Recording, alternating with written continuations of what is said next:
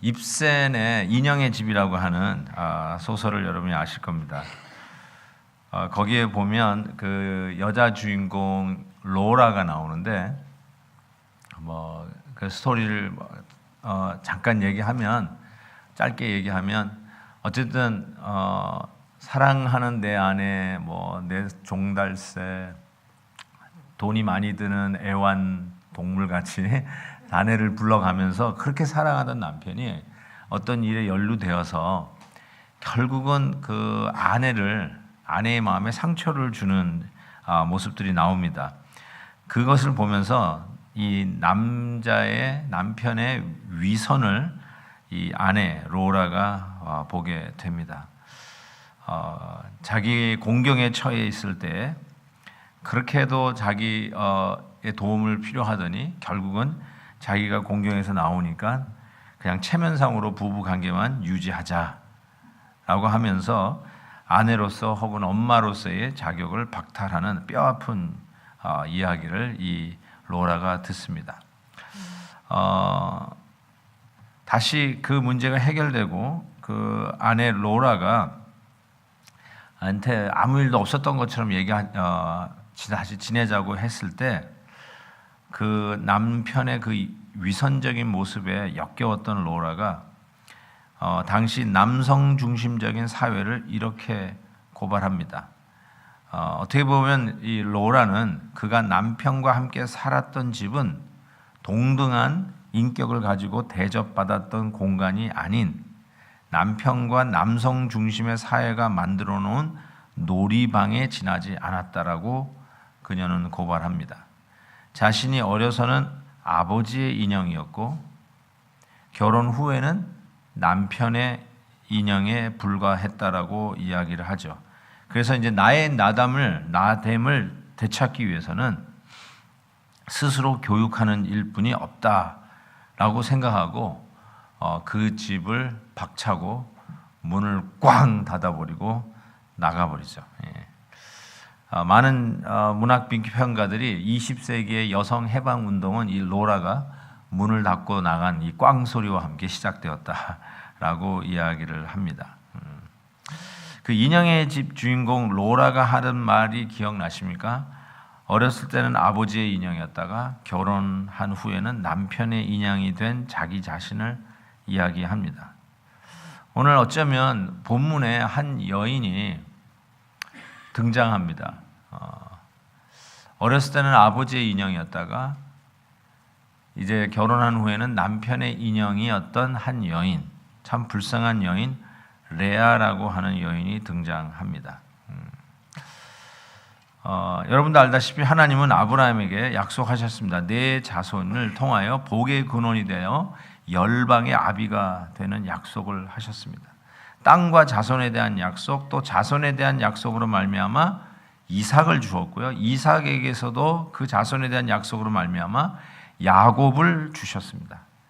야곱과 에서가 쌍둥이로 태어났지만 에서는 형이었지만 하나님께서는 큰 자가 작은 자를 섬길 것이라 약속해 주셨습니다. 야곱이 그 약속을 스스로의 힘으로 이루려고 자기의 꾀와 자기의 지혜와 자기의 힘을 써서 이루려고 하는 그 생활 속에서 오히려 사기 행각, 자기의 생명까지도 위협을 당하는 도피 행각을 벌이게 되었습니다. 그 도피해서 간 곳이 외삼촌 라반의 집이었습니다. 라반의 집에서 머물다가 그가 보니까 야곱이 젊고 자기의 가축들을 목양하기에 충분한 자질이 있는 것을 이 외삼촌 라반이 본 거예요. 이 라반은 비즈니스맨이에요. 그래서 이 야곱을 자기 비즈니스에 쓸만한 인물인 것을 분명하게 보았던 것입니다. 그래서 네가 나와 함께 이 가축을 같이 쳤으면 좋겠다라고 제안하면서 그래도 내 생질이라고 어떻게 후리로 공짜로 너를 이 노동력을 내가 착취하겠는가? 네가 원하는 보수가 뭐냐라고 묻죠. 근데 실은 보수가 무엇이냐고 묻기 전에 알았어요. 뭘 원하는지. 이게 비즈니스맨이에요. 잘 살펴보니까 그의 눈길이 자기의 딸 라헬에게 가 있는 것을 눈치를 챕니다. 이 비즈니스 천재 라반이 아니나 다를까 그것을 읽고는 이 야곱에게서 어떤 답이 나올 줄을 이미 알고 제안을 했던 것입니다. 야곱이 그 각본에 따라서 이야기합니다. 제가 삼촌을 위해서 일하겠습니다. 그러나 그 일한 대가로 라헬을 달라라고 이야기를 하는데 정확하게 기대했던 답이었다고 생각합니다. 라헬은 외삼촌 라반의 두 딸 중에 동생이었습니다. 그래서 그 동생을 위해서 7년을 일하겠다고 약속을 하고 그 모든 가축들을 목양하는 일을 시작하게 됩니다. 그런데 이게 웬일입니까? 문제가 생겼어요. 17절에 보니까 그 라반에게 두 딸이 있었는데 언니 레아가 아닌 둘째 라헬을 야곱이 사랑했어요. 그리고 그 라헬을 사랑한 이유를 오늘 본문에서 이렇게 적고 있어요. 레아는 시력이 약하였으나, 옛날 번역에는 이렇게 돼 있어요. 레아는 알력이 부족했으나, 이렇게 돼 있어요. 라헬은 곱고 알이 따왔다, 이렇게 적어놨어요. 여러분, 시력이 약하였다는 말은 눈이 안 좋았다는 뜻이죠. 시력이 안 좋아요. 저도 시력이 안 좋은데 근데 이게 무슨 말일까요? 시력이 안 좋았다는 말이. 저는 이렇게 생각합니다. 이 시력이 안 좋았다, 시력이 연약했다는 말은 요즘식으로 얘기하면 못생겼다는 뜻입니다. 못생겼다는 말을 교양 있게 표현한 게 이런 것입니다. 저희 외가 쪽은 이렇게 형제가 많아요. 저희 어머님이 둘째인데 그 8형제가 있는데, 우리 어머니가 8형제가 있는데 맨 막내가 이제 저희 막내 이모라고 그러죠. 막내 이모가 목사님 사모예요. 목사님 사모인데 아주 재미있는 사모님이세요. 재미있는 사모님이신데 자기가 목사 사모가 된 이유는 사람들이 이렇게 교회에서 이렇게 항상 머리 쓰다듬으면서 야, 너는 목사 사모같이 생겼다. 목사 사모같이 생겼다 그랬대요. 그게 너무너무 듣기가 좋아가지고 결국은 자기가 꿈을 꾸고 결국 목사 사모가 됐다는 거예요. 근데 나중에 알고 보니까 목사 사모같이 생겼다는 말이 그게 잘 못생겼다는 뜻이었대요. 그걸 알고 나중에 막 화를 내가지고 막 그러다가 그 말 때문에 자기가 이제 억울하게 사모됐다고 막 통탄을 하시더라고. 근데 요즘은 아닌 것 같아요. 요즘은 우리 여기 사모님들 뵈니까 최고의 미인들은 다 템파에 나와 계시는 것 같아요. 예. 어쨌든 요즘은 저는 이렇게 얘기해요. 저 목사도 거짓말하면 안 되잖아요. 거짓말하면 안 돼. 그 솔직히 객관적으로 못생긴 애거든요. 내가 보니까 별로 못생겼는데 목사님 예쁘죠? 그러더라고요. 뭐라고 얘기해야 되죠? 거짓말은 할 수 없고. 그래서 제가 이렇게 해요. 어휴, 공부 잘하게 생겼네요. 제가 이렇게 얘기해요. 기분 나쁘지는 않죠? 얘는 공부 잘하게 생겼네요. 어쩌면 성경에서요, 못생긴 여자를 이렇게 표현했어요. 시력이 약하다, 알력이 부족하다, 이런 표현을 썼어요. 제가 왜 그렇게 생각하냐면, 레아는 시력이 약하였으나 라헬은 곱고 알이 따왔다, 이렇게 썼어요. 만약에 이게 정말로 순수하게 시력에 대한 얘기라면 레아는 시력이 약하였으나 라헬은 2.0, 2.0이었더라, 이렇게 나와야 돼요. 그렇죠? 그런데 여기는 알력이 부족하다, 시력이 약하다 해놓고선 그러나 라헬은 곱고 아름다웠다. 그게 무슨 말이에요? 레아는 잘 못생겼다라는 거죠. 공부 잘하게 생겼고 앞으로 목사 사목감이다 라는 얘기를 했다는 것이죠. 우리 사모님들 너무 죄송합니다. 그런 뜻은 아닌데 어쨌든 이게 지금으로부터 약 4,000년 전 얘기예요. 정말 호랑이 담배 피던 시절 얘기인데 그때 안경이 있었을까요? 안경이 없었죠. 그러니까 시력이 안 좋았으면 당연히 찡그렸겠죠. 저희 어머님도 제가 어렸을 때 이렇게 찡그리는 거 보고 제가 눈이 나빴다는 걸 알았다고 그러더라고요. 요즘은 찡그리고 안 보이고 막 이렇게 하면은 아, 눈이 안 좋구나 해서 시력을 안경으로 교정을 할 수 있지만 4,000년 전에 무슨 그런 게 있었겠어요. 그러니 당연히 안 좋았죠. 당연히 얼굴 모양이 이상했겠죠. 제가 성경 주석을 보다 보니까 레아의 시력이 부족하였다는 말을 이렇게 해석해 놨더라고요. 레아가 사팔대기였대. 사팔대기가 이게 표준어인가요? 사시, 죄송합니다. 사시였더라. 사시. 사시. 자, 그러니 이렇게 조금 좀 이상했다는 거겠죠. 그러니까 두 자매가 있었는데 언니 레아는 시력이 부족했고 그 여동생 라헬은 곱고 아름다워서 아주 절세 미인이었다는 뜻이죠. 예나 지금이나 남자는 잘생긴 여자를 좋아하는 것 같습니다. 저도 그냥 겉모습만 보고 결혼했어요.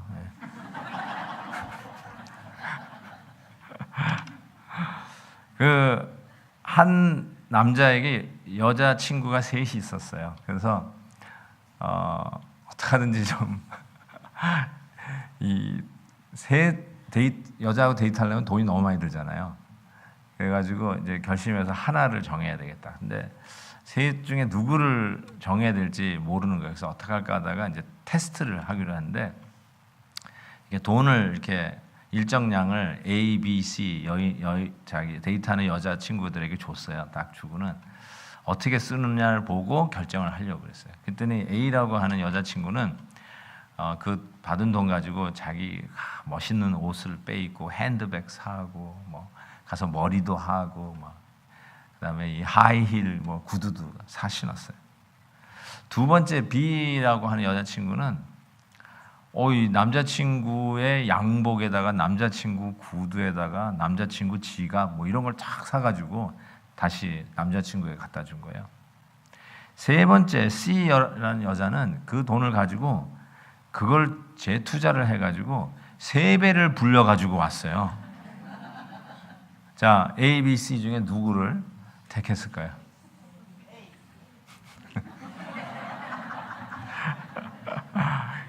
그런 거 상관없고 그냥 예쁜 여자를 택했다고 합니다.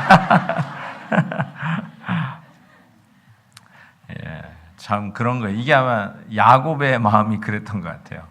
이 사시였던 그렇게 해석이 가능했던 레아보다는 아름다웠고 잘생긴 라헬을 좋아했던 것 같습니다. 7년을 수일같이 일을 했어요. 멋있죠? 그 한 여인을 사랑하는 마음으로 7년을 수일같이 아주 피곤하지도 않고 열심히 일했다는 것입니다.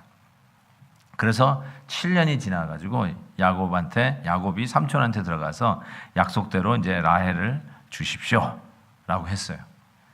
그러니까 19절에 보니까 라반이 좋다. 남에게 주는 것보다 네게 주는 것이 좋다라고 했지. 언제 내가 너한테 내 딸을 준다고 했느냐라고 했어요. 그러니까 여러분 계약을 할 때 작은 글씨를 잘 읽어봐야 돼요. 그리고 그래서 성경을 보니까 진짜 그러겠어요. 내가 내 딸을 주겠다고 그랬지 남에게 주는 것보다 너에게 주는 게 낫다라고 그랬어요. 너에게 주겠다고 약속을 안 했어요. 그러니까 어떤 면은 라헬을 줄 어떤 법적 근거가 없어요. 그래서 어떻게 합니까? 한술 더 떠서 우리 지방에서는 언니를 그러니까 동생을 언니보다 먼저 시집 보내는 법이 없다. 법이요 하면 끝나는 거예요, 그죠? 법이요 그러면 끝나요. 그런 법이 없다. 그런데 여기에다가 또 역시 비즈니스맨이에요. 네가 7년을 더 일하면 아예 둘 딸을 다 주겠다. 이렇게 얘기했어요. 정말 참 이게 좀 못됐죠. 참 못됐어요, 삼촌이. 그래서 제가 원래는 라헬을 생각하고 7년을 일했는데 내가 이 큰 딸까지 줄 테니까 7년을 더 일하라 그랬어요. 그래서 언니인 레아는 동생 때문에 같이 팔려간 거예요. 그래서 제가 이거를 buy one get one free 인생이다 이렇게 얘기해요. 저는 레아가 자꾸 마음에 이렇게 끌려요. 마음에 닿아요. 그래서 그로소리 갔다가 buy one get one free 보면 레아드가 여기도 있구나 해가지고 레아를 가져옵니다.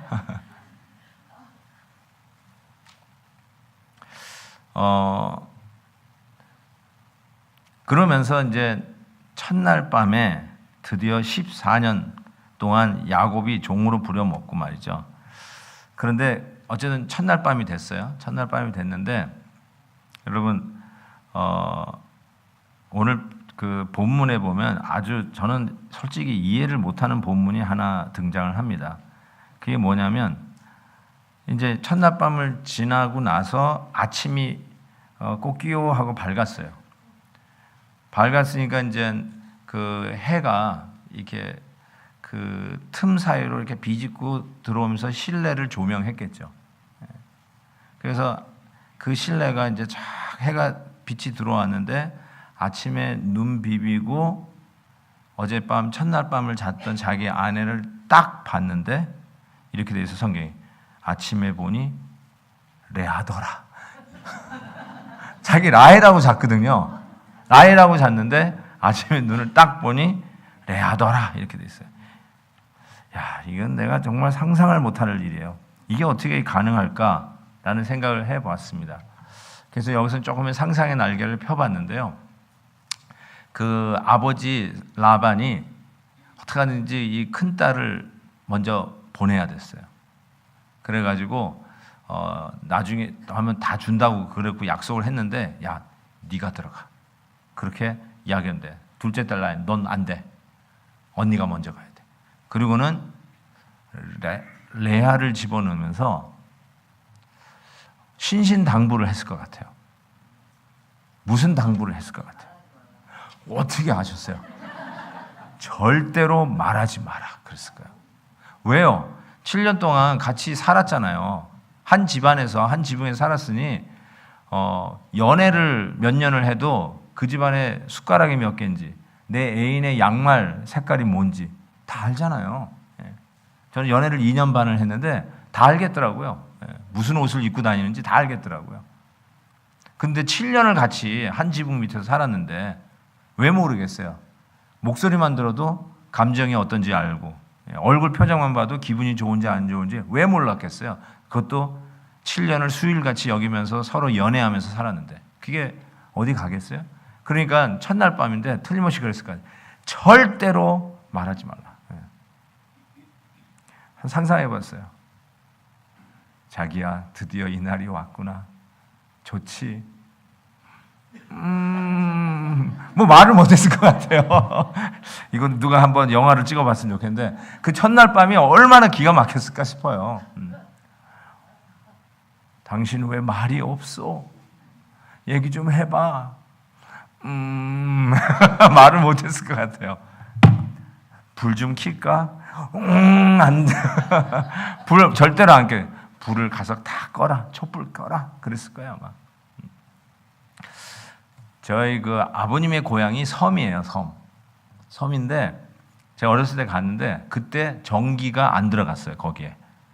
지금은 뭐 다리까지 놓여져가지고 바로 들어간다고 그러는데 그래서 그 섬에 전기가 없는 섬에서 이렇게 자는데 되게 화장실이 바깥에 있잖아요. 그래서 밤에 화장실을 가는데 지금 아무것도 안 보이더라고요. 아무것도 안 보여. 진짜 뭘 들고 가야 보이는데 아무것도 안 보여. 그걸 칠흑 같은 밤이라고 그러는데 우리는요 불을 다 꺼도 여러분 침실에서 불을 다 꺼도 이렇게 눈을 떠보세요. 뭔가가 보여요. 왠지 아세요? 심지어는 셀폰 차지하는 빛이라도 비쳐요. 참 희한해요. 아니면 밖에 가로등이 창문을 통해서 들어와요. 그래서 칠흑 같은 밤은 우리가 더 이상 못 느껴요. 근데 전기가 없었던 제 시골에 어렸을 때지만 그때 그 칠흑 같은 밤을 제가 알았어요. 와, 진짜 발을 디디는데 뭘 딛는지를 모를 정도로 안 보이더라고요. 그러니 옛날 지금 4,000년 전이에요. 전기가 없었던 그 시대에 좌우지간 이런 등불을 끄면 아무것도 안 보이는 칠흑과 같은 밤이라는 것을 우리가 짐작할 수 있어요. 그러니까 면식이 불가능한, 불을 끄면 면식이 불가능하다는 것. 그리고 목소리만 내지 않으면 누군지 잘 모른다는 것. 솔직히 잘 모르겠어요. 진짜 그렇게 몰랐을까. 어쨌든 성경에서 가장 제가 보기에 코미디 같은 코미디가 이거였어요. 아침에 일어나니 레아더라. 이게 얼마나 깜짝 놀라고 심장이 멎을 만한 얘기입니까? 바로 그런 일이 일어났다는 사실이에요. 레아의 입장에서 한번 이 말씀을 조명할 필요가 있습니다. 입센의 인형의 집에 나오는 로라라고 하는 여인처럼 이 레아는 아버지에게 이용당하는 인형이었어요.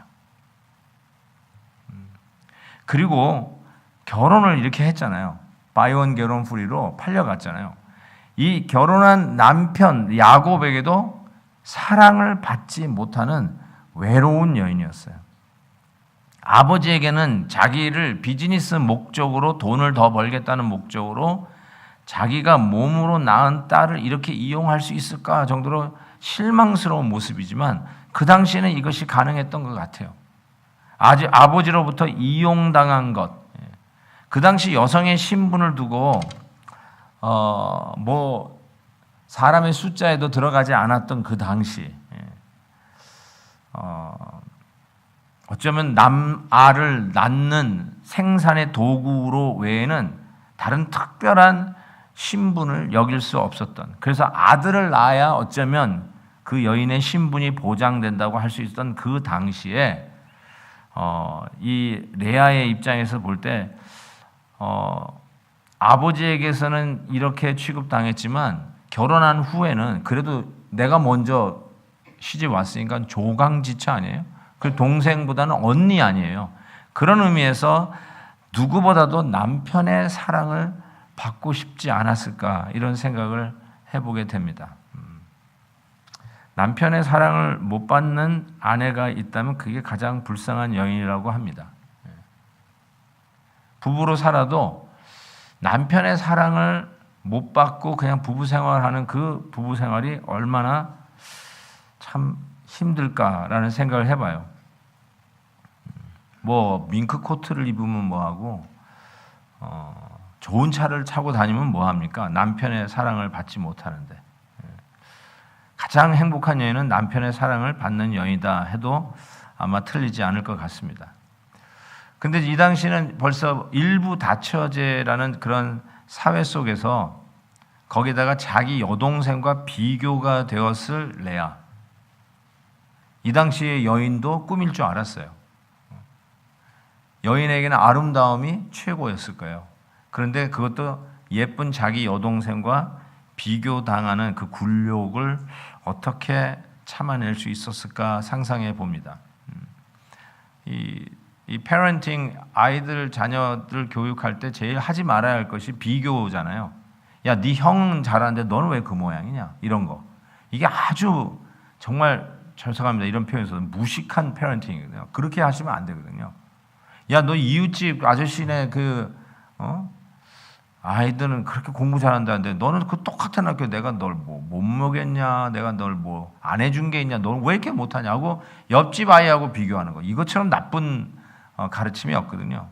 근데 자연스럽게 그냥 같이 자기 여동생하고 야곱의 아내로 들어가면서 비교당했을, 그것도 겉모습으로 드러나는 그것으로 비교당하면서 열등한 사람으로 취급당했을 이 레아의 마음을 생각해 볼 때 참 마음이 자꾸 갑니다. 어떻게 견뎌냈을까? 어떻게 하루하루를 살아갔을까라는 생각을 해보게 됩니다. 내 여동생에게도 수치당하고 심지어 내 몸종에게도 인정받지 못하고 나의 이 못생긴 모습 때문에 어떻게 한탄하는 이 하루하루를 보냈는지 상상해 보면 참 힘들었을 것이다 라는 생각을 해봅니다. 요즘 같으면 그냥 가가지고 뜯어 고치기라도 할 텐데 그럴 수 있는 것도 없고 말이죠. 그렇죠? 그런데 한번 이런 생각 해봤어요. 그러면 뭘 가지고 살까? 딱 하나죠. 아들을 낳으면 되는 거예요. 그렇죠? 다 가지고 없지만 내가 아들을 낳으면 되는 거예요. 근데 뭐 이 야곱이 자꾸 라헬에게만 들어갔을 것 같아요. 자기가 사랑하는 여인이니까 라헬에게만 들어갔을 거예요. 그러다가 가끔 왔겠죠. 레아에게. 그런데 이게 웬일입니까? 라헬은 그렇게 야곱이 계속 들어갔음에도 불구하고 애를 못 낳아요. 애가 안 들어서요. 그런데 어쩌다 한번 들어왔는데 들어오면 덜커덕 이 레아는 임신을 하는 겁니다. 꼭 저처럼 그냥 덜커덕 그냥 덜커덕 진짜 임신해서 저는 너무 쑥맥이어가지고 어떻게 애를 낳는 건지도 모르고 결혼했다가 그냥 덜커덕 그냥 눈만 맞아도 우리는 애가 생기네 이럴 정도로 그래서 애를 4씩이나 낳지 않았습니까? 예. 내가 얘기 안 했던가요? 예. 근데 이게 보세요. 이제 아들을 낳는데 임신을 했어요. 그리고 첫 아들을 낳는데 이름이 루벤이에요. 근데 오늘 본문 말씀 보니까 32절에 그 뜻이 이제는 남편이 나를 사랑하리로다. 얼마나 남편의 사랑을 받고 싶었으면 아들을 딱 이제 낳았어요. 이제 아들 놓은 거예요. 이제 내 면이 쓴 거예요. 이젠 좀 자신이 생긴 거예요. 야, 아무리 예뻐도 애를 못 낳는데 어쩔 거예요. 나는 아들을 낳았다. 그러면서 이제는 남편이 나를 사랑하리로다. 그런데 어떻게 됐어요? 남편이 여전히 자기에게 마음을 주지 않아요. 여러분 강아지도 자기 좋아하는지 알아요. 사람이 왜 몰라요? 그것도 왜 남편이 나를 좋아하는지 안 좋아하는지 왜 몰라요? 자기를 좋아하지 않는 거예요. 그런데 이게 웬일입니까? 둘째도 임신하게 됐어요. 그러면서 이제는 둘째를 낳고는 이제는 남편이 나를 사랑하리로다. 둘째는 뭐라고 그랬냐면요. 이렇게 했어요. 시므온이라고 나왔는데 이것은 하나님께서 내게 남편의 사랑이 없음을 들으셨기에 나에게 이 시므온이라고 하는 아들을 둘째 아들을 주신 거예요. 그러니까 오매불망 남편의 사랑을 받아야 자기가 면이 쓰고 이제는 언니고 사람답게 살 수 있는데 아들 둘을 낳았으니 이제는 남편이 나를 사랑하고 아껴주겠지라고 했는데 여전히 남편은 자기에게 사랑을 주지 않았어요. 사랑하지 않았어요. 근데 셋째를 임신했어요. 그리고 셋째를 낳았는데 이 셋째 아들의 이름이 레위예요. 루벤, 시므온, 레위를 낳았어요. 근데 오늘 말씀에 레위 이름의 뜻도 나와. 이제는 내 남편과 지금부터 내가 연합하리로다. 이렇게 얘기했어요. 이제는 남편과 이제 하나 되겠다. 그렇잖아요. 아들 셋 낳아줬으면 된 거 아니에요? 아들 셋 낳았으면 됐을 거예요. 그러면서 이제는 남편이 나와 하나 되겠다라고 하면서 이 모든 소원이 좌우지간 아들만 나오면 남편의 사랑을 받을 것이다. 아들만 나오면 남편이 나에게 올 것이다. 아들만 나오면 남편과 나는 이제 하나 될 것이다. 아들만 나오면 이제 저 남편은 동생이 아니라 내 것이다. 뭐 이런 생각을 가지고 아들 셋을 낳는데 이 야곱이 와서 수고했어요. 정말 아들 낳느라고 애썼어요. 하고 따뜻한 말 한마디 해주지 않는 거예요. 그리고 또 세월이 지나가는데요. 넷째 아들을 낳게 됐어요. 넷째 아들이 여러분 아시다시피 예수님의 족보를 이어가는 유다가 나옵니다. 그래서 유다를 주실 때 이제 어떤 의미로 오늘 본문에 나오는가 자세히 봤더니 이렇게 돼 있어요. 뭐 이제는 남편이 나한테 오겠지. 이제부터는 남편이 절대적으로 나만 사랑하겠지. 뭐 이런 뜻인지 아니라 이렇게 돼 있어요. 유다를 낳은 후에는 이렇게 레아가 고백합니다. 이제는 내가 여호와를 찬양하리로다. 이게요. 행간은 그냥 다음 절로 적었지만 저는 그 행간에 어마어마한 일이 레아에게 일어났다고 저는 생각해요. 루벤을 놓고 시므온을 놓고 레위를 놓았을 때까지는 이제는 남편이 나를 사랑하려니, 이제는 남편이 나에게 돌아오려니, 이제는 남편이 나를 사람 대접하려니 라고 했다가 넷째 유다를 낳고는 완전히 뭔가 있어요. Something happened. 이 레아에게 분명하게 터닝 포인트, 변곡점이 생겼어요. 그게 뭐냐면 이제는 내가 여호와를 찬양하리로다. 확실하게 바뀌었어요. 저는 이 부분을 우리식으로 얘기하면 레아가 본어게인을 한 거예요. 레아가 회심을 한 거예요. 레아가 신앙을 얻게 된 거예요. 드디어 하나님을 제대로 만나게 된 거예요. 그의 인생에 남편만 바라고 아들만 나오면 내 인생 한번 바꿔보리라 라고 그것만 기대하고 살다가 1, 2, 3 스트라이크 아웃 당한 후에 넷째 아들을 얻었을 때 이제는 그게 아닌가, 이제는 그게 아니야, 그게 인생이 아니고 그게 나를 세우는 게 아니야, 그게 나를 나답게 인간답게 사는 방법이 아니야. 진짜 doubt my doubts, 자기를 부인하고 내 인생의 바닥에서부터 다시 치고 올라오는데 이제는 내가 여호와를 찬양하리라. Something happen이야. Something happen. 여기에 아주 중요한 신학이 숨어 있습니다. 여호와 하나님을 찾았다는 뜻이에요. 레아가요, 그 아들 셋 낳고도 돌아오지 않는 남편을 보면서 그는 절망에 저 나락으로 떨어졌을 것이 분명합니다.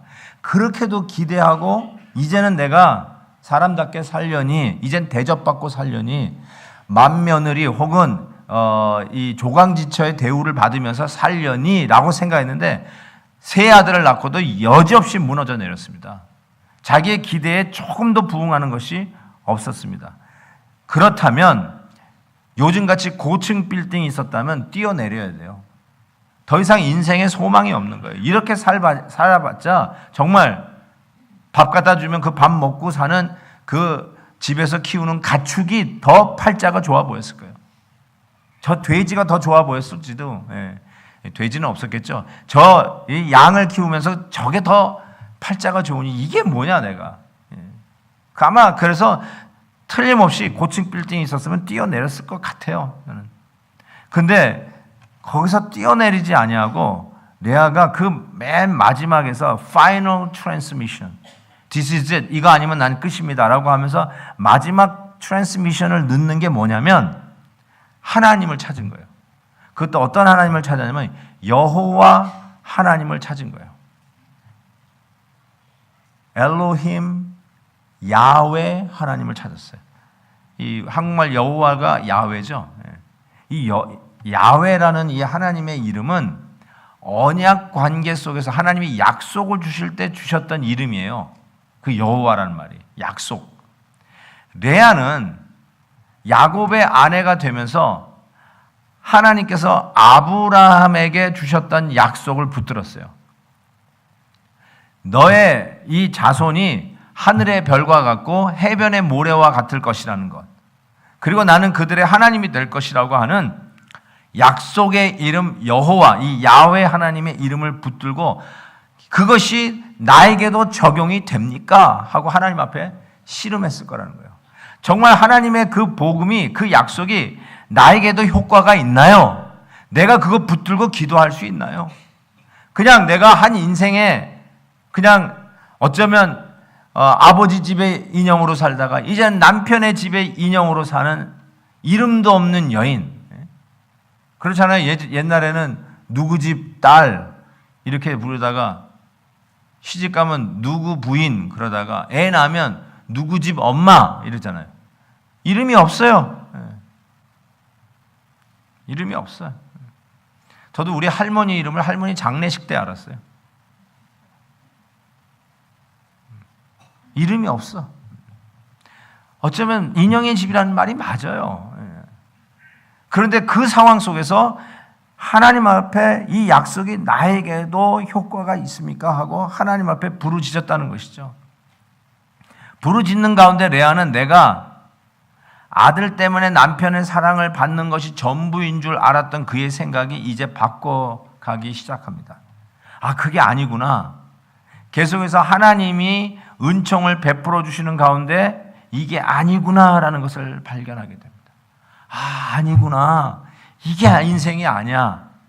그러면서 드디어 하나님을 바라다 보면서 그 하나님을 향한 믿음의 길을 시작했을 거라고 저는 확신해요. 그러는 가운데 유다를 주셨어요. 그리고 그 유다를 받았을 때 더 이상 남편이 아니에요. 이제는 여호와 하나님을 찬양하리로다. 이거는 어마어마한 회심의 결과예요. 정말 중생한 결과예요. 완전히 신앙 안에서 뒤집어진 거예요. 180도 선회한 겁니다. 가치관, 생각의 흐름을 완전히 뒤집어 놓은 그 아주 중요한 사건이 셋째 아들 낳고 넷째 아들 낳는 그 사이에 레아에게 엄청난 인생의 변화가 있었던 것을 우리는 충분히 짐작할 수 있습니다. 여러분, 우리가 하나님 앞에 간구하는 기도의 제목들을 보시면 하나님 이것만 주시면 내가 살 것 같습니다. 이것만 주시면 모든 문제가 해결될 것 같습니다. 라고 기도하는 제목이 혹 없지는 않나요? 마치 레아가 하나님 나에게 남편의 사랑만 주세요. 그러면 나는 더 이상 바랄 게 없겠습니다. 하나님 나에게 아들을 주셔서 전 남편이 나에게만 돌아올 수만 있다면 나는 그것으로 족합니다. 더 이상 더 구할 게 없습니다. 그것만이 있으면 전 됩니다. 라고 구하는 기도의 제목이 있다면 이게 정확하게 우상입니다. 그게 우상의 정체예요. 이것만 있으면 내가 살 것 같습니다. 라고 하는 그 무엇이 있다면 그것이 하나님이 아닌 이상은 다 우상입니다. 그러니까 우상을 가지고 그의 인생을 던져버리면 결국은 그 인생은 허전하고 황망한 곳에 빠질 수밖에 없어요. 왜냐하면 결단코 그 우상이 여러분을 행복하게 해줄 수 없다는 것이에요. 아들 낳았잖아요. 남편하고 결혼했잖아요. 그럼에도 불구하고 아들 때문에 남편 때문에 행복이 오지 않는 그 모습 속에서 그의 우상의 그 진면목을 본 거죠. 이 우상이 아무것도 아니구나. 이 우상이 나를 결단코 행복하게 해줄 수 없다는 것을 그가 깨닫는 거죠. 그래서 하나님의 약속의 말씀을 붙들고 그가 엎드려 간구하고 부르짖었을 거라는 거예요. 요나가 물고기 뱃속에서 부르짖듯이 자기 자신을 완전히 뒤잡아가지고 이게 인생이 아니다. 자기가 잘못 살았나 보다. 완전히 뒤집는, 부르짖는 그 단계가 바로 셋째 아들, 넷째 아들 사이에 레아의 인생에 있었다는 것이죠. 여러분에게는 어떤 기도의 제목이 있나요? 이것만 있으면 내가 살 것 같은 것. 그게 우상이라는 거예요. 결국 여러분 나중에 아시다 보면 결론부터 얘기하면 유다를 통해서 예수님의 메시아의 계보가 나옵니다. 그러니까 유다를 통해서 메시아의 계보가 나오니까 우리 예수님의 DNA는 레아 DNA가 많을까요? 라헬 DNA가 많을까요? 네? 이것도 어려운 문제인가요? 네. 자, 레아하고 야곱 사이에서 누가 나왔다고? 유다가 나왔어요. 그 유다 속에서 계보 쭉 가다 보면 거기에서 다윗 왕도 나오고 거기에서 예수님이 나왔어요. 자, 그러면 예수님이 요즘 DNA 맵이 다 나왔잖아요. 예수님의 DNA는 레아를 닮았을까요? 라헬을 닮았을까요? 레아를 닮았죠. 레아를 닮았죠. 그러니까 누구 못생겼다 그러는 거는 예수님을 욕하는 거라고 저는 생각을 합니다. 레아의 계보에서 예수님이 나왔잖아요. 그렇죠? 틀림없어요.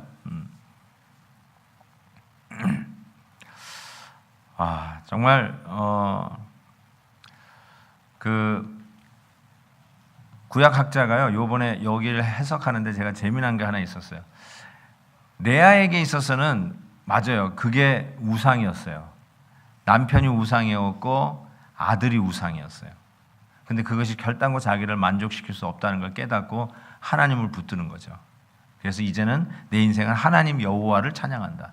약속을 지키시는 하나님, 그 언약 속에서 약속대로 은혜를 베푸시는 그 하나님을 붙들고 기도하면서 회심하는 그런 레아가 되는데, 어쩌면 야곱의 입장에서 생각해 볼 때도 이런 생각을 해볼 수 있어요. 야곱에게 있어서 우상은 라헬이었어요. 라헬. 그래서 그 학자가 이 부분을 해석하면서 이렇게 얘기했더라고요. 모든 우상의 끝에는 레아가 있다, 이렇게 얘기했어. 그러니까 나는 라헬을 가져가지고 이제는 행복해가지고 와 좋다 그랬는데 아침에 일어나 보니 레아더라. 이게 우상의 끝이에요. 얼마나 뭐라 그러죠? 실망하고, 야, 이게 내가 추구했던 내 끄트머리의 열매가 이건가, 이렇게 이야기를 하죠. 레아에겐 좀 안 된 얘기지만 이 주석가의 그 표현이 굉장히 인사이트풀했어요. 모든 우상의, 야곱의 우상은 라헬이잖아요. 모든 우상의 끝에는 레아가 있대요. 자기를 아침에 보니 레아더라. 실망하고 좌절하고 내 인생 헛살았다 하고 자기를 완전 좌계감에 빠지게 하는 것이 우상의 정체라는 거예요. 저는 참 그 우상이 우리에게 얼마나 많이 숨겨져 있습니까?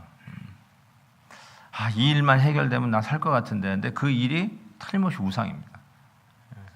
해결돼요? 그러면 다른 문제가 또 여러분에게 기다리고 있어요. 왜요? 우상의 끝에는 항상 레아예요. 실망이에요. 틀림없습니다. 제가 중국 선교를 지금 한 27년쯤 하고 있는 것 같습니다. 제가 처음부터 이 중국 선교에 인볼브 돼가지고 계속 하고 있는데, 요즘 시진핑이 절대 주권을 잡은 후에는 제일 먼저 하는 게 이제 선교사들 다 추방을 하기 시작하는데, 이번에 선교사들도 좀 이번에 최근에 추방이 됐어요. 참 간감하더라고요. 근데 제가 제 이름이 한국의 요한이죠.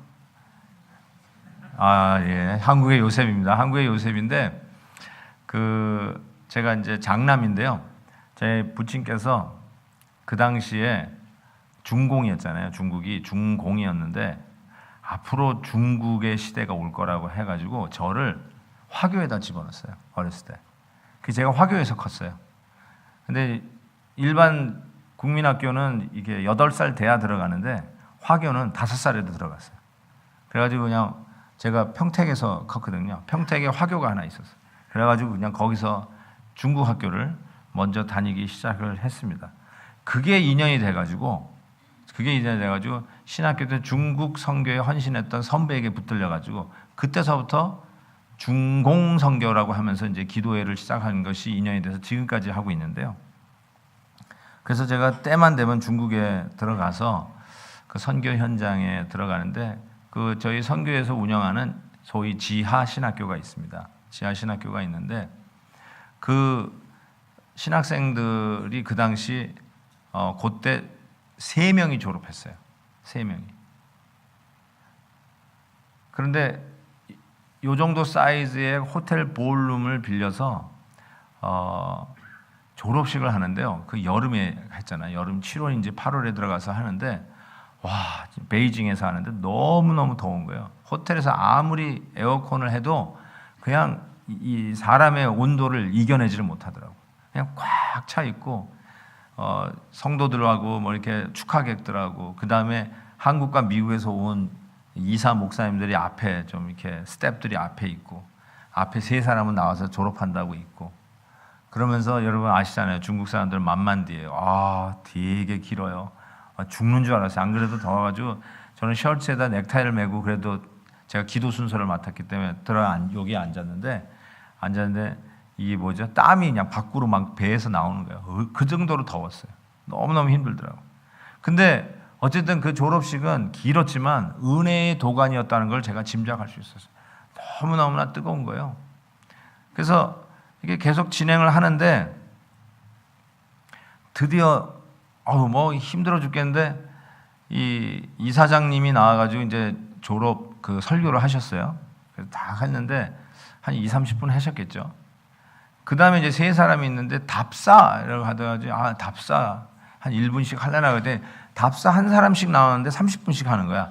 와, 정말 돌아버리겠더라고요. 예. 그러고 다 들어갔는데 그 다음에 이제 졸업 축하한다고 그게 3회 졸업생인데 1회, 2회에 졸업했던 그 선배들이 하루 24시간, 뭐 48시간 그렇게 기차를 타고 와가지고 자기 후배 축하해 준다고 한 7, 8명이 온 거예요. 그래서 7, 8명이 요 앞에 나와서 축하곡을 해주는 거예요. 축하한다고. 그 앞에 3사람 앉아있고 저는 요 뒤에 스태프들하고 같이 뒷좌석에 앉아있는데 막 부르는데 이게 찬양이 나오는데 신났어요. 이 중국 사람들 찬양 보니까 아주 잘 불러요. 뭐 다 같이 이렇게 하면서 막 부르는 거예요. 뭐 봉봉사준창단도 아니고 그냥 진짱이 장화 마른 짱의 운동화 그러면서 막 하는 것 같아. 제가 못 알아들으니까 막 이러면서 하는데 야, 저 악보를 받아가지고 미국 가져가면 좋겠다 이런 생각이 들 정도로 곡이 참 신나는 곡이에요. 그런데 이상한 거예요. 뭐가 이상하냐면 막 그 졸업하는 새 졸업생이 막 하염없이 우는 거야. 막 엉엉 우는 거야. 그러고 보니까 노래를 하고 축하곡을 해준다고 씩씩한 뭐 군가와 같은 마칭 곡 같은 걸 하는데 그 이미 졸업한 선배도 우는 거예요. 장안이 전부 다 뭐 그냥 눈물 닦느라고 정신이 없어요. 그때 지금은 순교하셔서 10년 전에 그 선교사님이 순교를 하셨는데 그 선교사님이 제 옆에 앉아 계셨어요. 그래서 제가 쪽지에다 물었어요. 뭐라고 부르는데 곡은 신나는 곡인데 웁니까? 그랬더니 이 선교사님이 그 종이에다 이렇게 써주는 거예요. 그 지금 가사 내용이 이거예요. 이제 복음으로 준비되었으니 주를 위하여 나가 죽으라. 이게 마른 땅의 운동화, 진 땅의 장화가 나가 죽으라 했어요. 이제 복음으로 준비되었으니 주를 위하여 나가 죽으라. 제가 그때 야구방망이로 뒤통수 맞은 것 같은 충격을 지금도 잊지 못해요. 그걸 신나게 부른 거예요. 주를 위하여 나가 죽으라.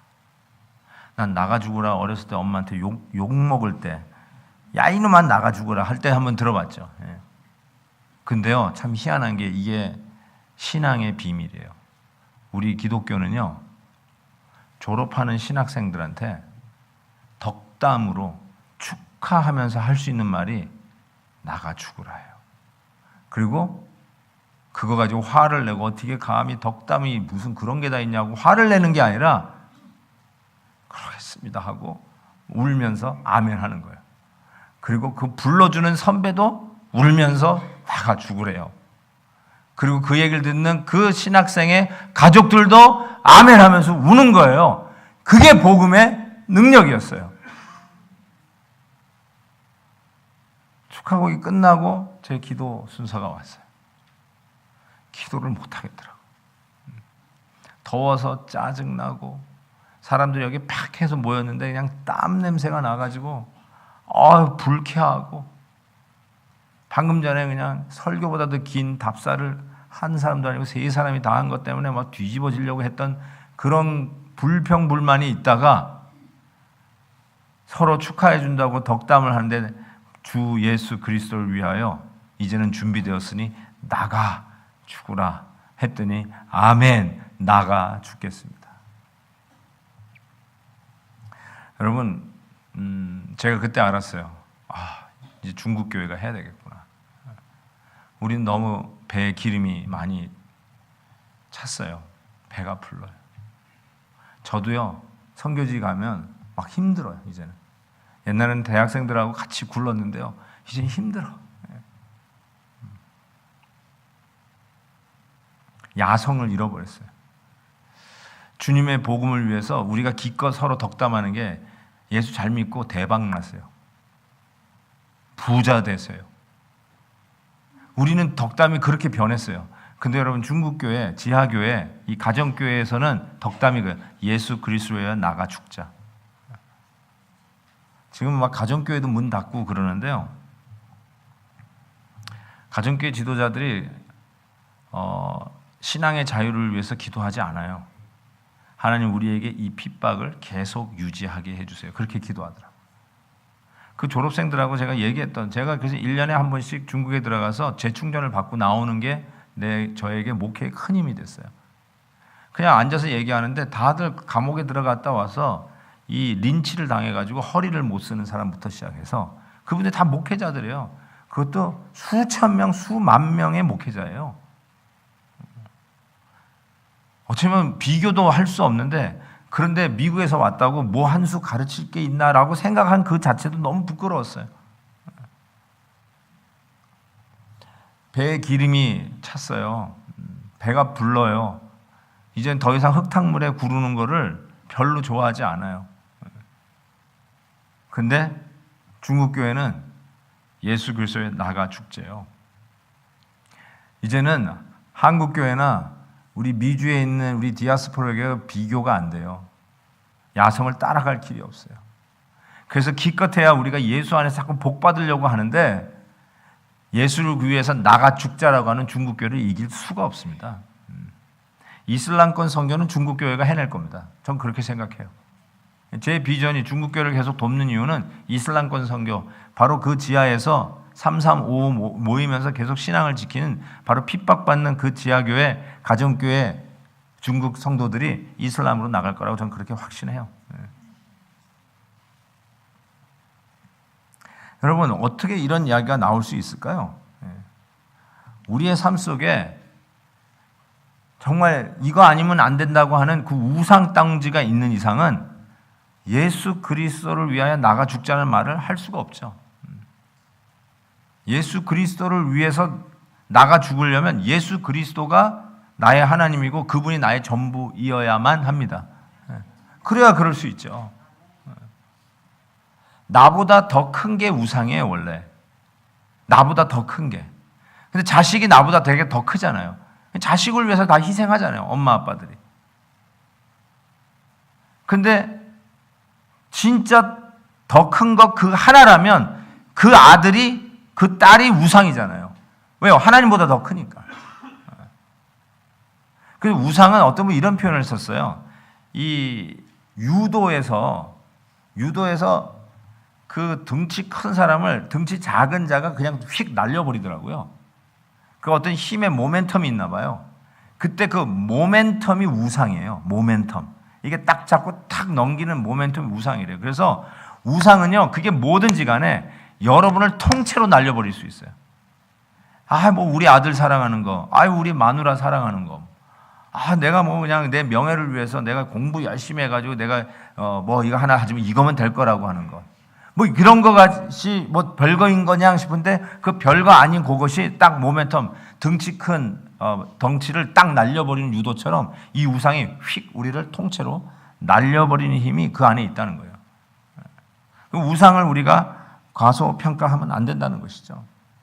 정말 우리의 삶 속에 이 우상이 언제 드러나냐면, 실은 그 절대절명 뛰어내리고 싶은 그 순간, 아들 셋 낳고도 안 되는 자기 자신이 완전히 부인되는 순간, 나의 최선을 다했는데 내가 통하지 않는다는 것을 뼈저리게 느끼는 순간, 그때 우상이 툭 튀어나오기 시작하죠. 이거였구나, 이게 우상이었구나. 그때 여호와 하나님을 붙들고 기도했던 레아에게 유다를 주시면서 이제는 내가 여호와를 찬양하다. 뭘 찬양한다는 거예요? 약속대로 나에게 유다를 주시고 그 유다를 통해서 하나님의 약속을 이루어 가실 성실하신 그 하나님, 약속을 지키시는 하나님, 그분만이 나의 소망이요, 그분만이 나의 전부라는 것을 고백하는 찬양이 드디어 레아의 입술에서 터져 나왔다는 사실이죠.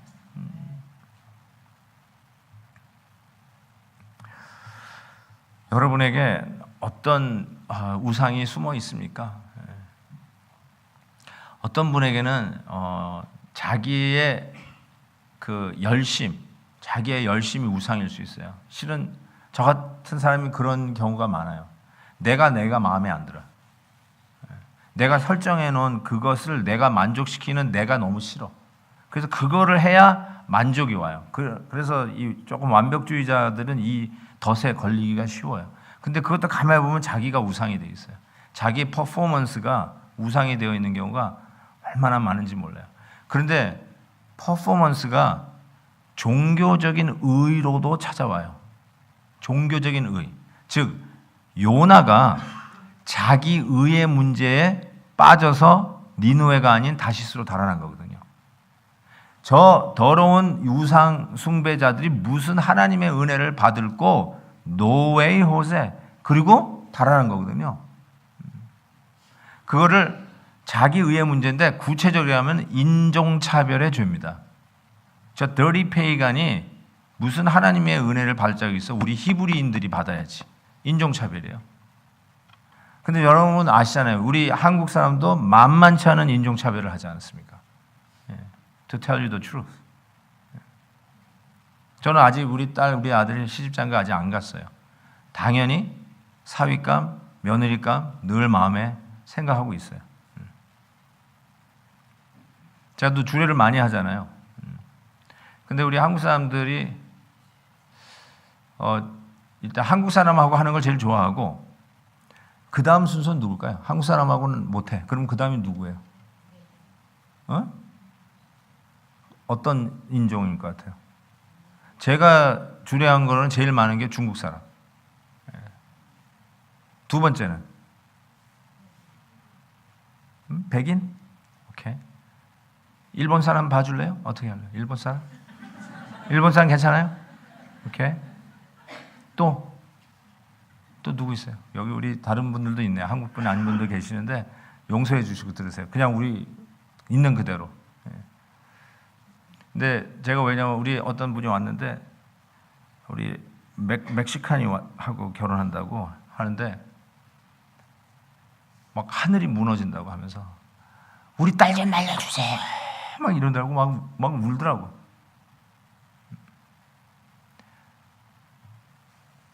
저희 친척이 있어요. 친척이 있는데 뉴욕에서 결혼했는데 저희 이제 사촌 여동생이라고 할 수 있죠. 근데 흑인하고 결혼했어요. 유학 왔다가 흑인하고 결혼했어요. 근데 아무에게도 안 알렸어요. 저에게도 안 알려요. 미국에 있는데도. 왜 안 알렸을까요?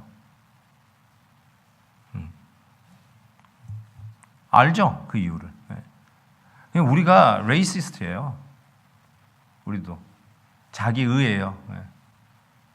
제 친구 목사님이 영어 목회를 하고 계시는데 영어 목회를 하니까 당연히 멀티 에스닉 그룹들이 다 모여 살잖아요.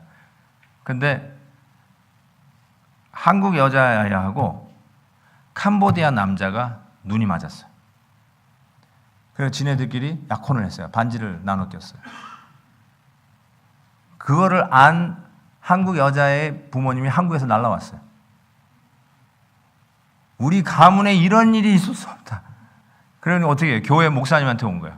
그래가지고 막 얘기하니까 I understand. 그러면서 이제 이해한다고 그래서 제가 한번 얘기해 보겠다고 그 캄보디아 학생한테 얘기하겠다고. 그래서 캄보디아 학생한테 아주 조심스럽게 얘기했어요. You know, we Koreans are so picky. 뭐 이러면서 you got to understand Korean culture. 어쩌고 저쩌고 막 얘기하니까 막 얘기한 거예요. 그러니까 이 캄보디아 학생이 이렇게 듣고 있다. 야, 그러면서 her parents are now really agitated, upset. 막 이런 다 설명해. I understand. 그러면서 이 캄보디아 학생이 이 목사님한테 그런 거예요. Pastor, I have a same problem. 그런 거예요. 나 똑같은 문제 있던 뭔데? 그랬더니 캄보디아에서 부모님이 날라와가지고 우리 집안에 어떻게 한국 피를 썩냐는 거야. 근데 목사님이 그 얘기를 딱 듣는 순간에 피가 거꾸로 솟더래요. 아니 이게 캄보디아 남자가 한국 여자 받았으면 고마운 줄 이게 돌더래요. 그러니까 자기가 레이시스트라는 거, 목사이면서도 그때 알았대요.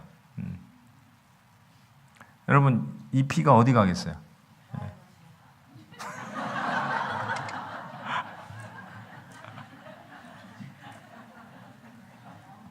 나는 왜 다른 이게 interracial marriage를 한국에서는 한국말로 그거를 국제 결혼이라고 international marriage라고 하는지 난 잘 모르겠어요.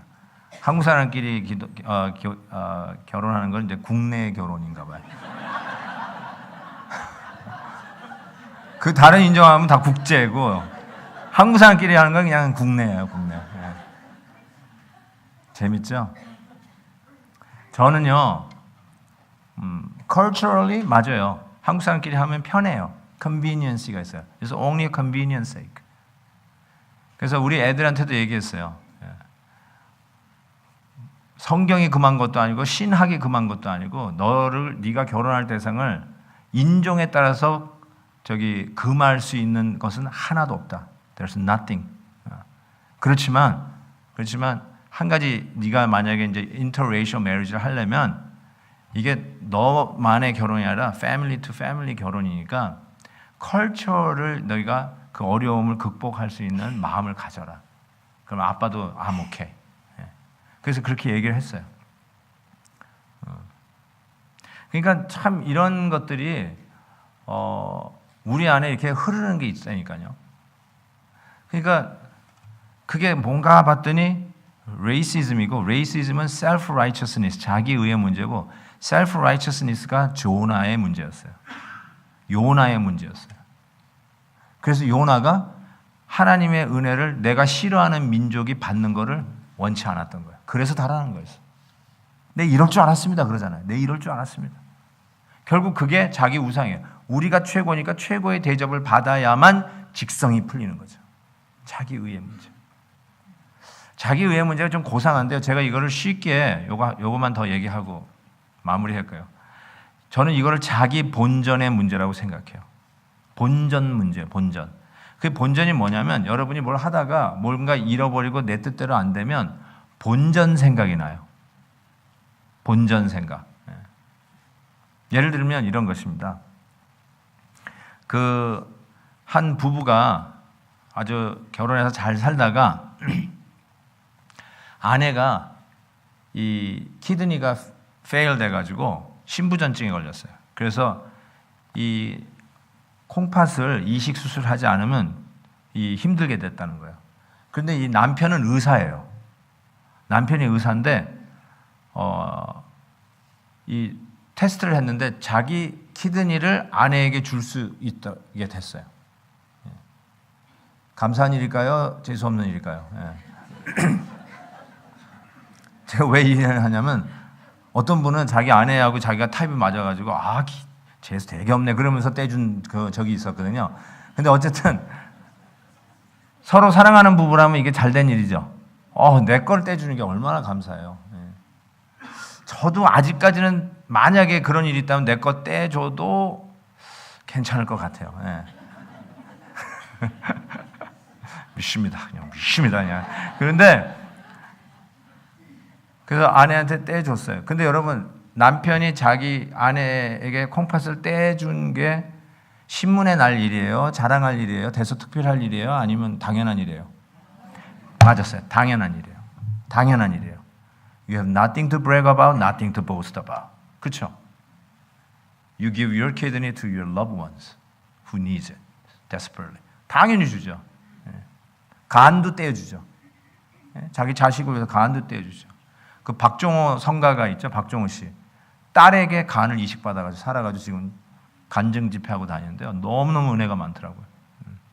어쨌든 간도 떼주죠. 사랑하는 사람에게. 아내한테 뭐가 자랑할 게 뭐가 있어요.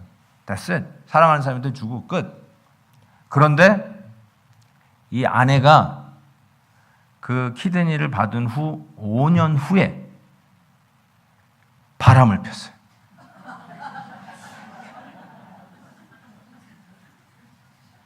자, 이때 나오는 게 뭐냐면 본전이에요. 뭐가 본전이에요? 자기가 떼준 콩팥이 생각난 거예요. 그래서 이 의사인 남편이 드디어 디보스를 신청을 하는데 위자료를 청구했어요. Give my kidney back.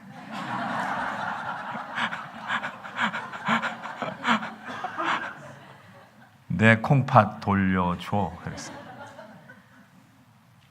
여러분 웃었죠? 자 보세요. 아까 사랑하는 아내에게 콩팥 줄 때 대서특필할 일이 아니라 뭐라고요? 당연한 거예요. 본전 생각 없었어요. 당연히 준 거예요. 근데 어떤 결정적인 순간이 오면, 영어로 when the push comes to the shovel, 그때 오면 본전 생각이 나는 거예요. 그게 자기 의예요. 자기 의.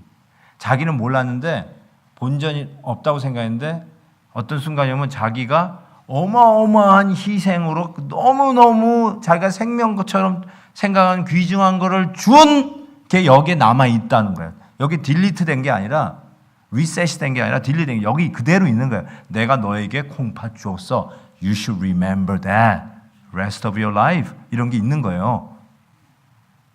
그게 본전 생각이 난 거예요. 여러분, 그랬더니 그 아내가 이렇게 답을 했어요. 콩팥 돌려달라니까 치사하다. 그러면서 이렇게 했어요. 오케이. 피는 내 피니까 피 한 방울 흘리지 말고 떼가! 이렇게 얘기했어요. 자, 이거 보면서 제가 이렇게 생각해요. 한때는 생명까지 줄 정도로 사랑한 부부가 별로 바람직한 상황은 아니지만 그 어떤 순간이 오니까 서로 이렇게 어글리하게 돼버렸어요. 아주 유치한 싸움. 콩팥 돌려줘. 그래, 피는 방울을 흘리지 말고 띠가 하는 이 말 같지도 않은 이런 우스꽝스러운 모습으로 사람의 그 고상한 사랑이 전락하게 됐어요. 왜요? 그게 바로 본전 생각이 났고 자기 의의가 드러났기 때문에 그래요. 이거는 있을 수 있는 일이라고 치십시다. 근데 아까도 얘기한 것처럼 우상에 아주 미묘한 게 자기 의에 종교적 의의가 있어요. Religious righteousness. 이게 굉장히 아주 묘하게 우리를 파괴하는 우상이에요. 예를 들까요? 아주 적나라하게 하면 내가 예수 제일 잘 믿어. 예수 잘 믿는 거 좋은 거거든요. 그런데 내가 다른 사람들과 비교해서 내가 제일 잘 믿어. 내가 우리 교회에서 내가 제일 사랑해. 이게 religious righteousness예요. 이게 우상입니다. 예수님과 상관없어요. 이건. 잘 보세요. 예수님과 상관없습니다. 또 치사한 얘기 하나 할게요. 교회에서 장로 투표가 있었어요. 당연히 안수 집사였던 분이 캔디데이트가 됐어. 그분이 교회를 얼마나 충성스럽게 섬겼는지 목사님도 알고 남도 알아요. 그런데 떨어졌어요. 자, 여러분에게 물을게요. 솔직하게 얘기해서요. 안수 집사가 투표에 들어갔는데 장로 투표에 떨어졌는데 떨어질 수 있어요, 없어요? 그럼 됐어요. 떨어질 수 있어요. 오케이? 떨어졌어도 시험 들지 마세요. 오케이? 떨어질 수 있어요. 당연히 떨어지는 거예요. 다 떨어지는 거예요. 원래 떨어지는 거예요. 되는 게 이상한 거예요. 오케이? 그렇게 생각하시면 더 이상 바랄 게 없어요. 그런데 이상하게 떨어지면 어떻게 돼요? 시험 들기 시작해요. 그래서 이건 진짜로 제 친구 목사 교회에서 일어난 일인데 그 친구가 저한테 전화해서 알았어요. 김 목사, 웬일이야? 난 미치고 환장하고 팔짝 뛰겠다. 아이, 목사가 미치고 환장하고 팔짝 뛰니 뭐가 있어? 그랬더니 안수 집사가 이번에 장로 투표해서 안 됐대요. 그럴 수 있지 뭐. 근데 찾아가서 위로해드려. 신방 가. 그런데 그게 아니라 갔더니 지난 10년 동안 헌금한 거 돌려달래.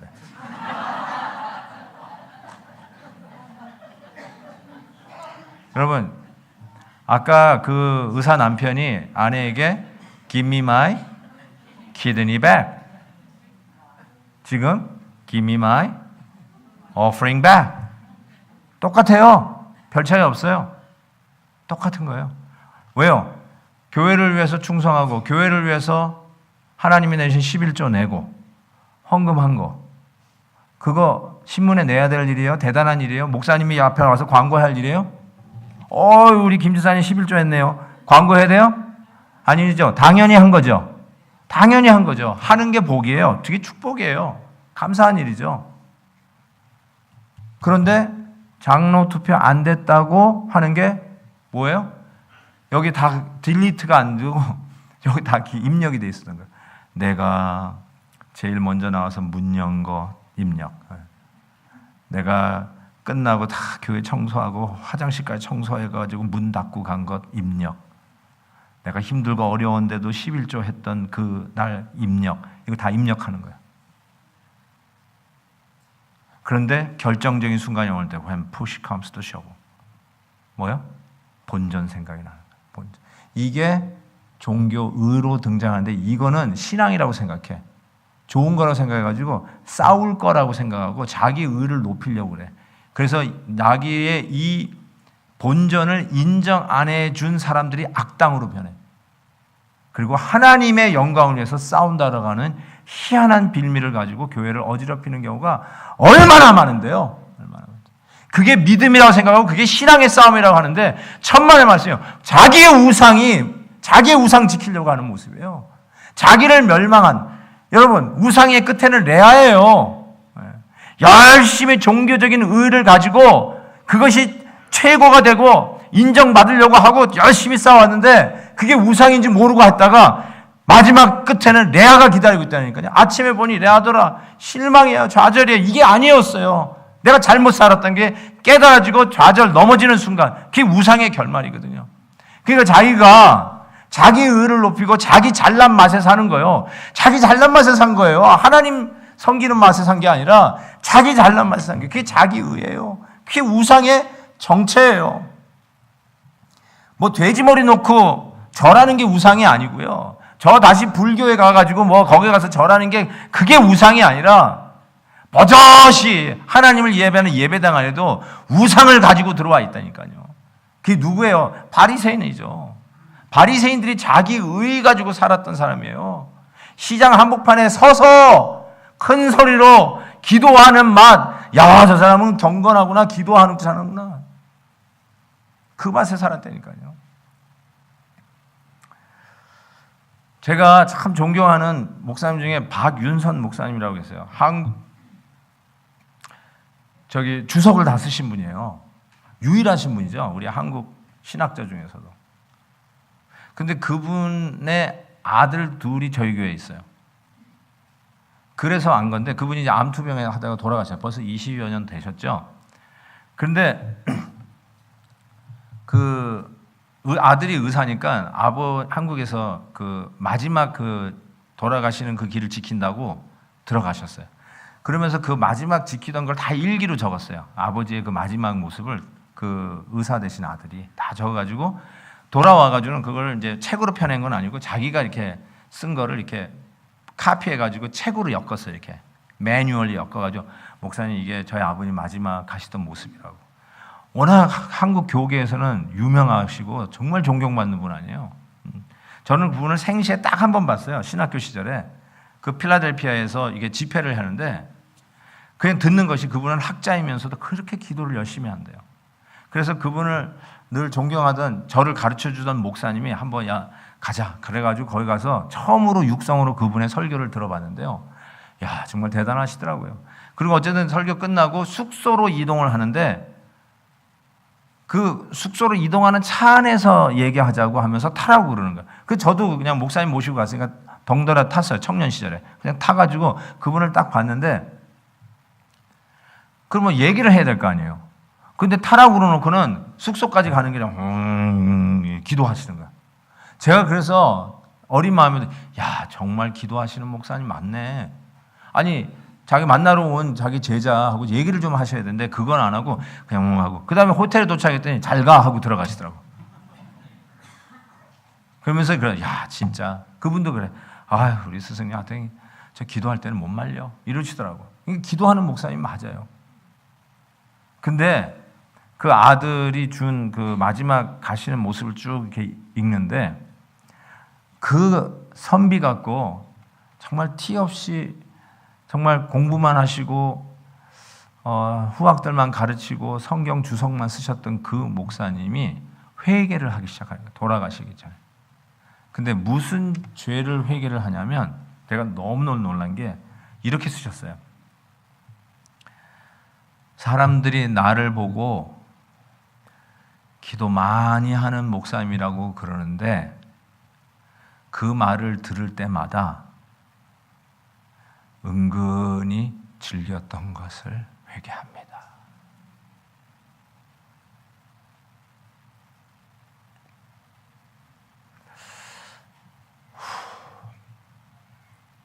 여러분, 이게 자기 의예요. 그분은 아셨어요. 하나님 앞에 쓰려고 하니까 기도 많이 하는 게 뭐가 죄예요? 당연히 더 많이 하시는 게 좋죠. 그런데 그 거룩한 기도하는 모습에 우상이 파고드는데 사람들이 목사님 너무 기도 많이 하는 목사님, 이 말을 들을 때마다 속으로 은근히 즐겼던 것도 하나님 앞에 너무너무 부끄러운 거예요. 그거 회개하고 가셨어요. 그 어르신이 그거 회개하고 가셨어요.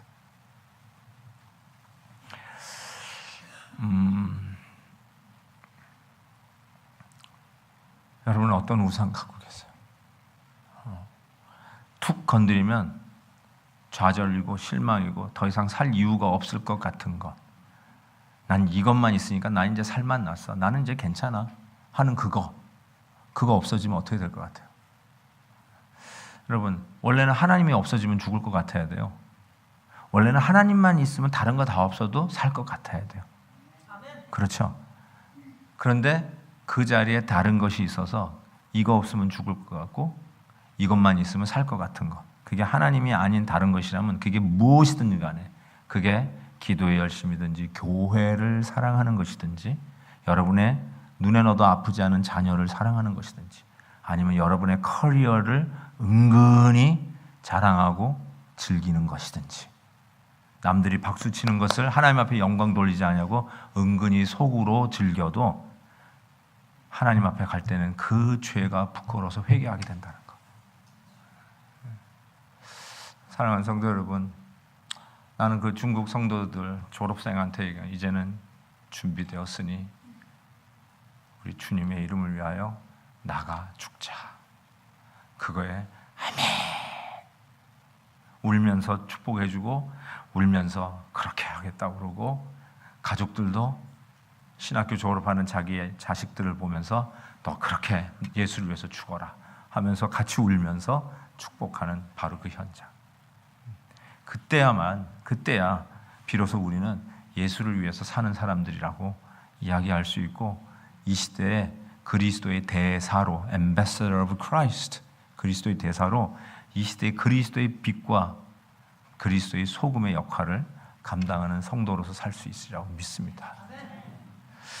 이번 템파에서 여러분을 만난 걸 전 큰 축복이라고 생각합니다. 무엇보다 저는 목회자님들하고 이번에 교제하게 돼서 너무너무 정말 감사해요. 제가 여기 안 오면 뭐 여기에 한인교회가 있나라고 생각했을지도 모르겠어요. 신실한 목회자들이 이 지역에서 말씀으로 섬기고 성도들을 돌보는 모습을 보면서 큰 감동을 받습니다. 소망이 있다. 역시 교회를 의지할 수밖에 없는 게 교회뿐이다 라는 생각을 해보게 됩니다. 우리 템파에 있는 여러분들께서 정말 여러분 안에 있는 우상을 타파하시고 오직 우리 주님의 영광을 위해서 힘있게 달려가는 이 템파 지역의 믿음의 백성들 되시기를 주님의 이름으로 축복합니다. 같이 한번 기도하는 시간 가질까요? 마지막으로 기도하십시다. 오늘 우리 안에 우상이 무엇일까?